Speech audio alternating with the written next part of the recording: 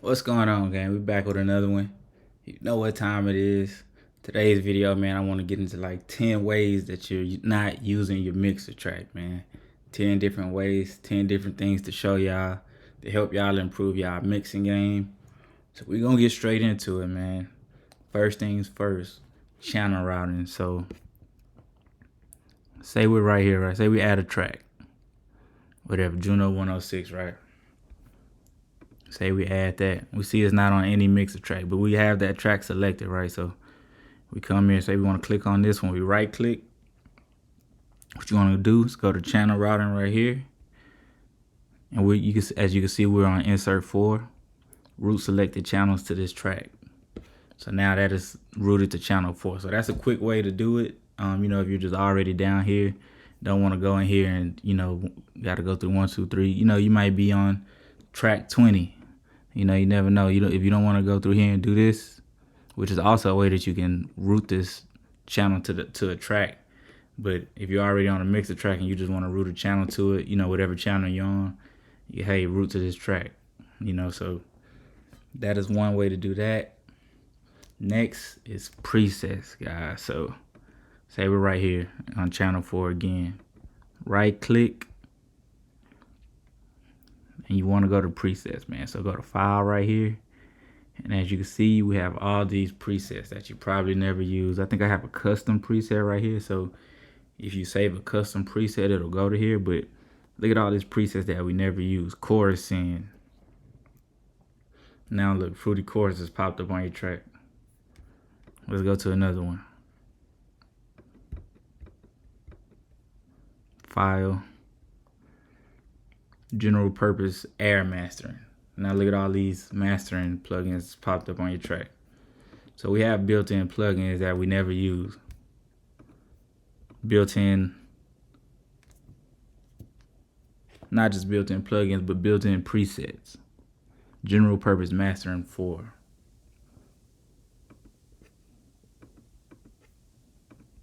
So let's go to another one.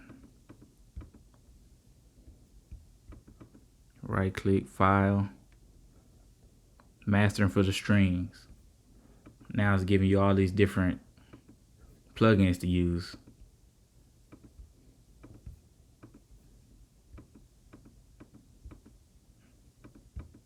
Let's try another one.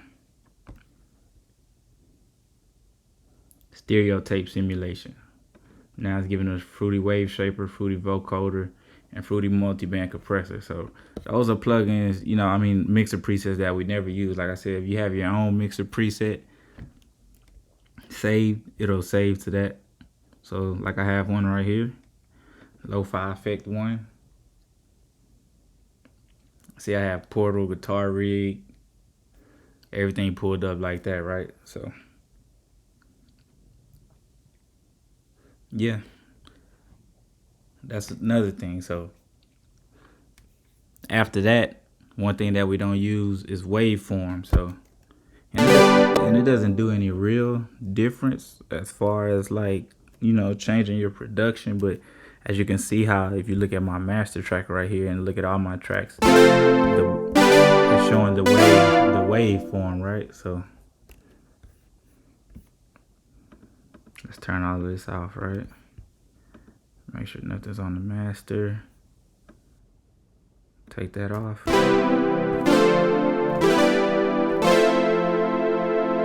And you can do that from right here. View waveforms. If you don't, you want to view it like that, you can view it like that.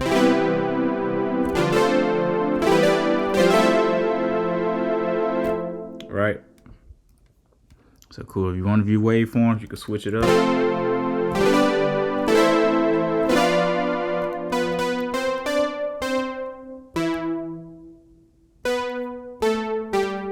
Cool, right? Cool.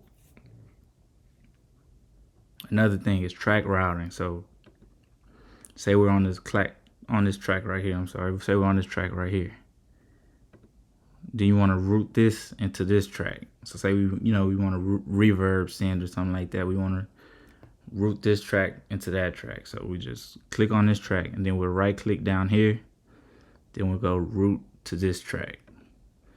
So now we have this routed to this. So let's say we put this on 5. As you can see now, that track 5 is routed to track 4.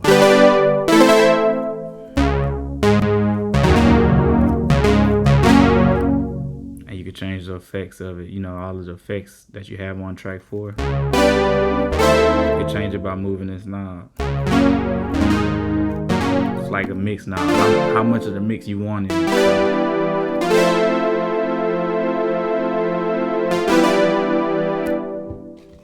Right, so now that we got that out of the way, what goes along hand in hand with it is side chaining. So same thing. Say we have, you know, track 8 right here, or track 7.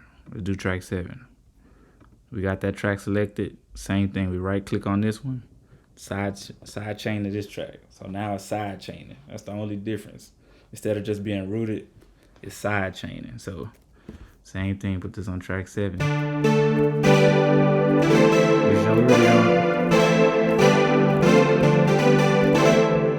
Sorry, track 7. So now it's being side chained to that track, right? So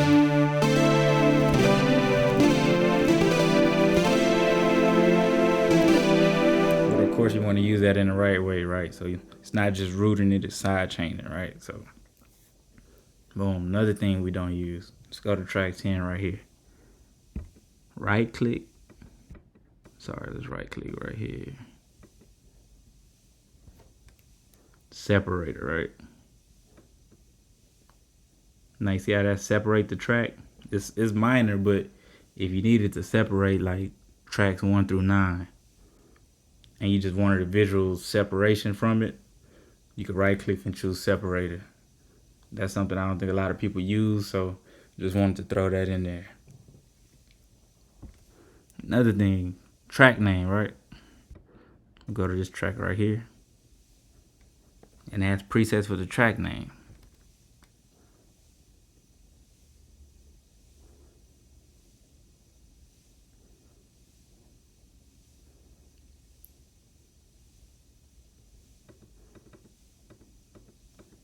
If I can find it.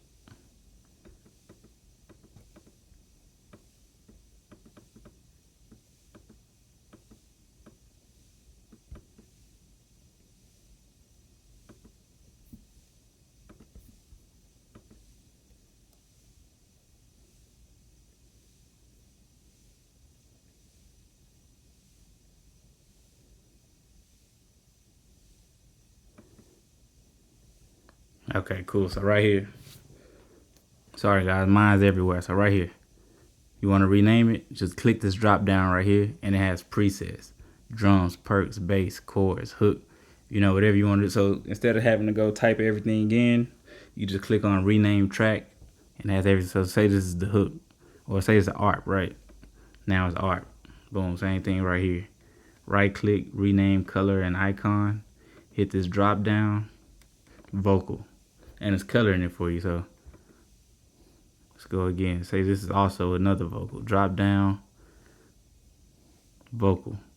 And they're all the same color, right? So that's one way to speed up your mixing process. You know what I mean? You don't have to go in and type in every name.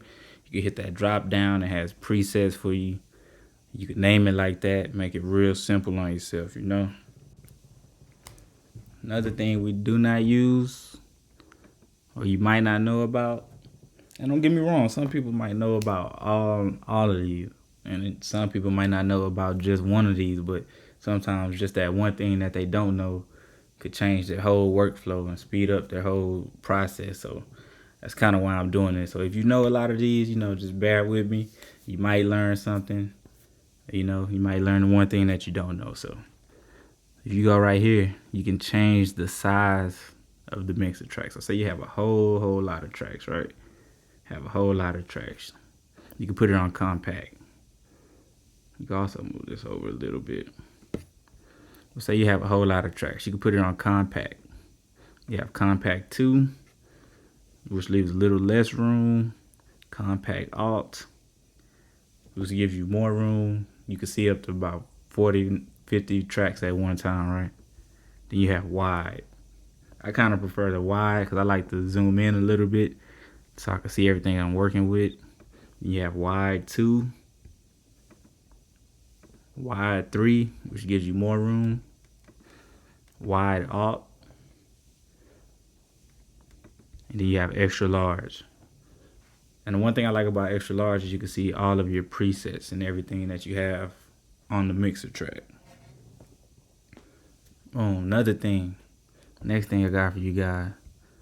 So say we're right here, right? Let's just say we draw in quick melody, right? Say we're drawing quick melody.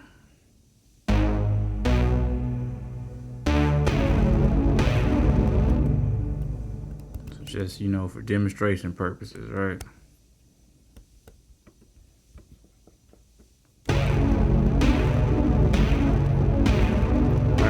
We have that on whatever track set. Listen to track 9 since nothing's on it, right? We got this quick mixer right here. So say we want to EQ. So let's just say, for example, we have it up here. Say we want to EQ some of the highs though. It's in track 9, so we're on 9. We can use this EQ right here.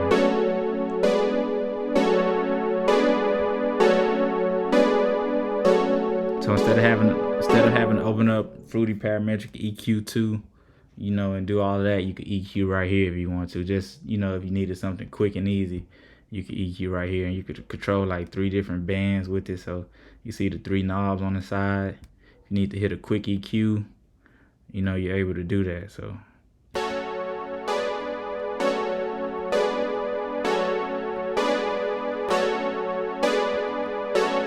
I think it works even better with drums and things like that. If you need to EQ it real quick and you don't need much detail, even though this can get a little detail, but if you don't need much detail, it's good to use. Very fast and simple, right?